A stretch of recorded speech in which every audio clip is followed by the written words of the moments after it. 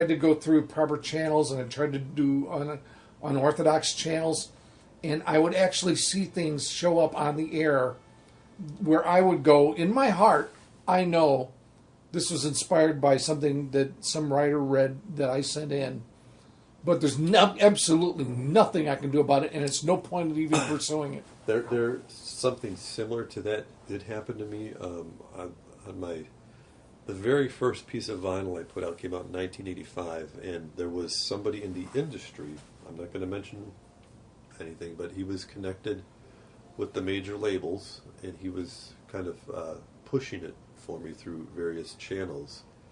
And there was, within 2 years, there was a major, still a major solo artist that was from a three-piece British rock group.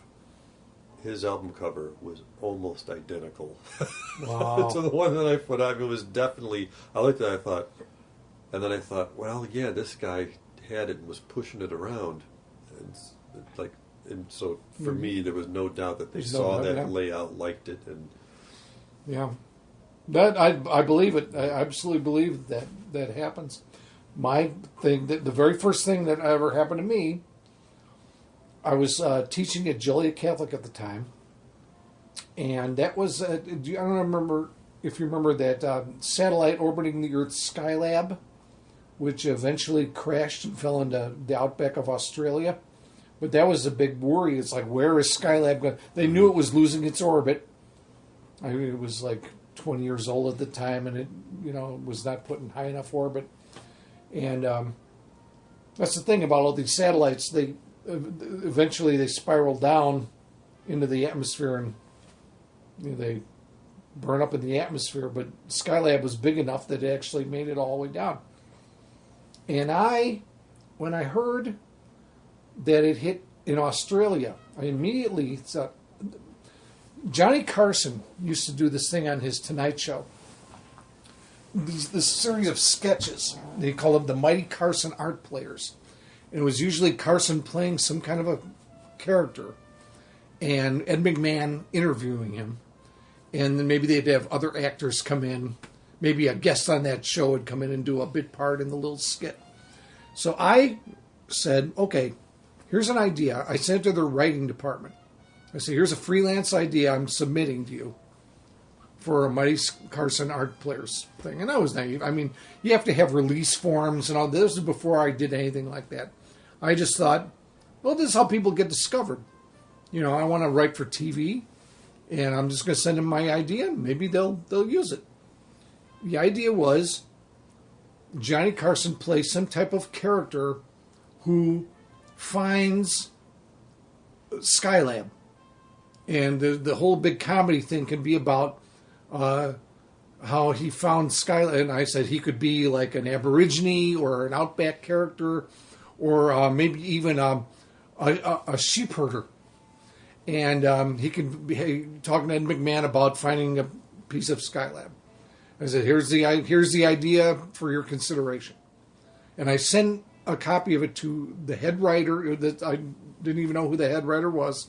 I just wrote head writer, The Tonight Show, and I had the address and everything. Mailed it in.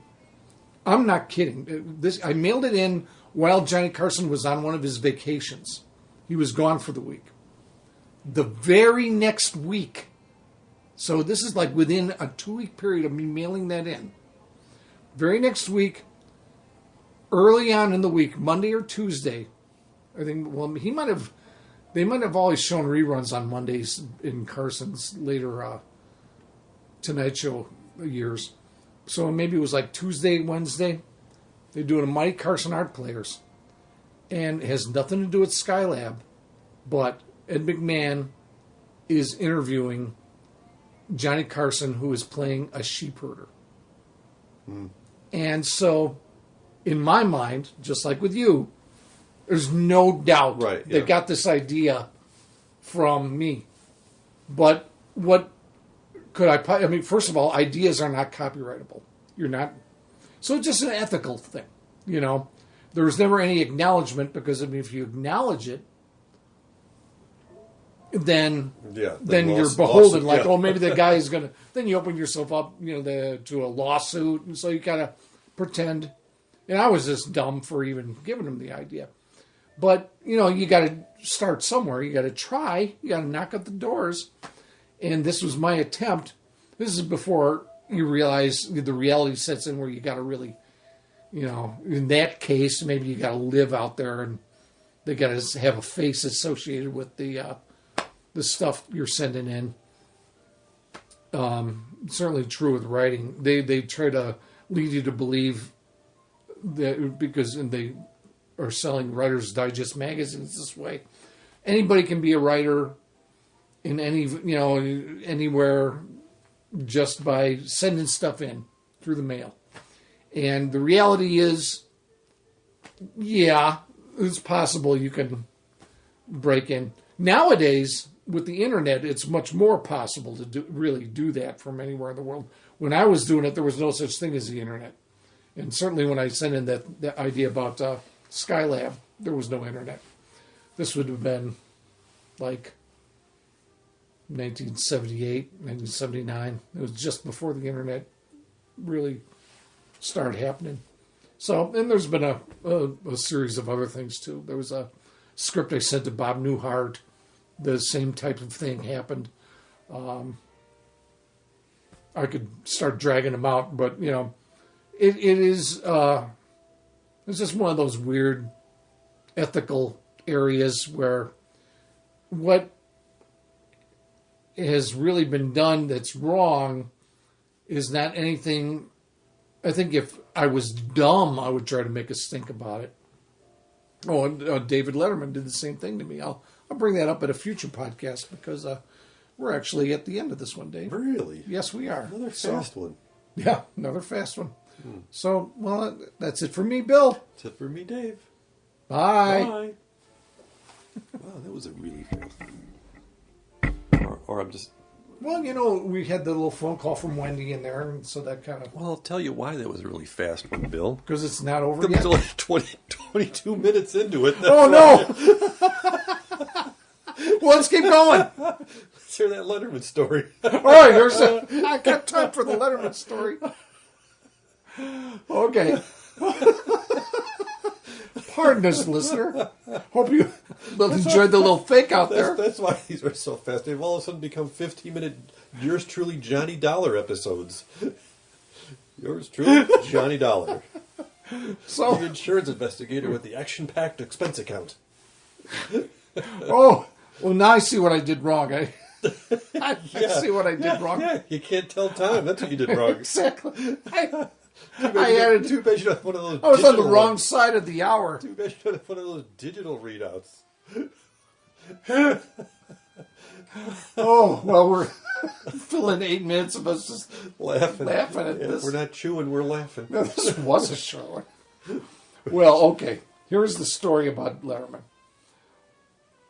And again, this is like even further in time. This is like not 1979. This is more like, like 10 years later, like 1989. And doing pretty good with the math now. Yeah, better with years than with minutes. Clearly, I was. Letterman used to have. He used to do viewer mail. He has since abandoned that premise, and he kind of, I think, because people stopped writing letters and it was all email, so he kind of bequeathed that to Craig Ferguson, who does the show after his now, the Late Late Show with Craig Ferguson. He does viewer emails and tweets, and they don't even talk about mail anymore because people just don't write letters anymore.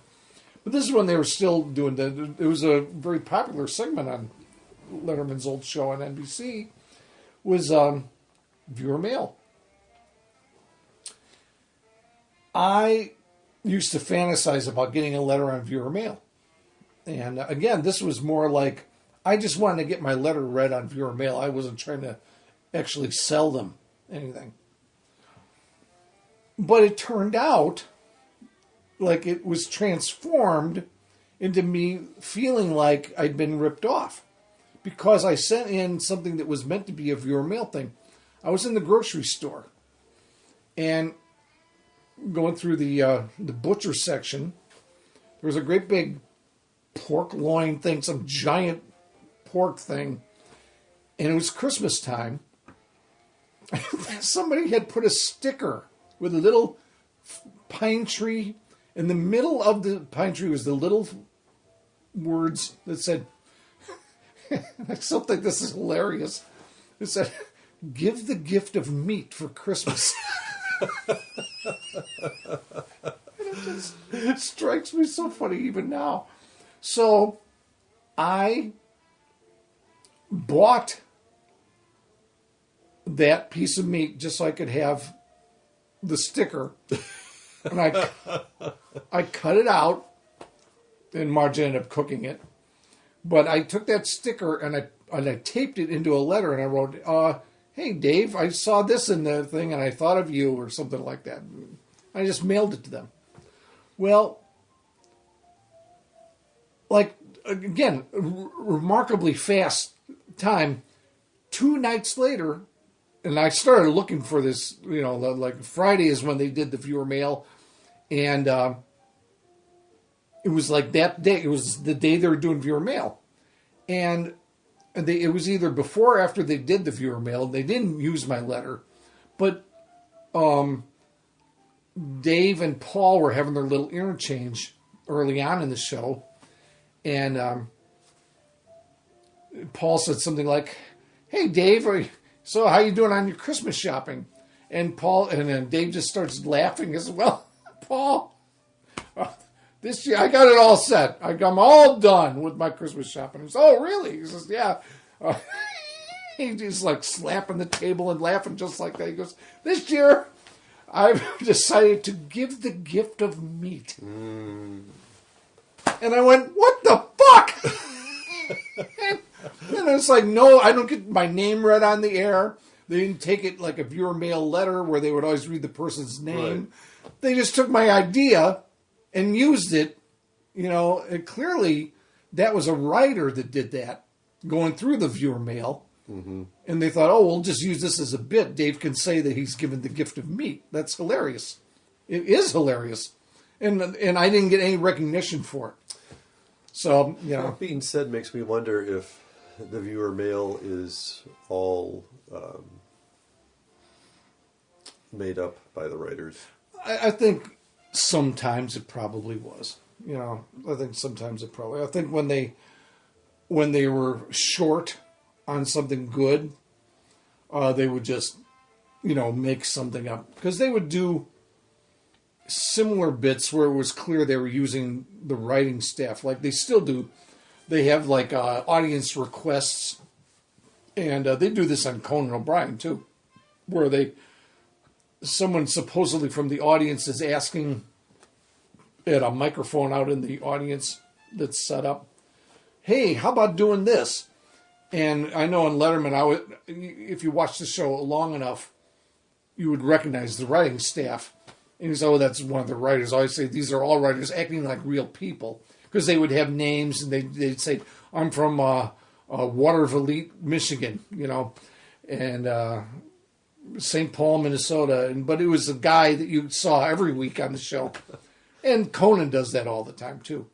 So I think that in the case of viewer mail or even on Craig Ferguson, they probably have, it's probably a mixture of actual letters and emails and then things the writers are just making up. Because they have to. If they don't have anything good that week, they got to come up with something. Yeah. So I'm just trying to see the time now.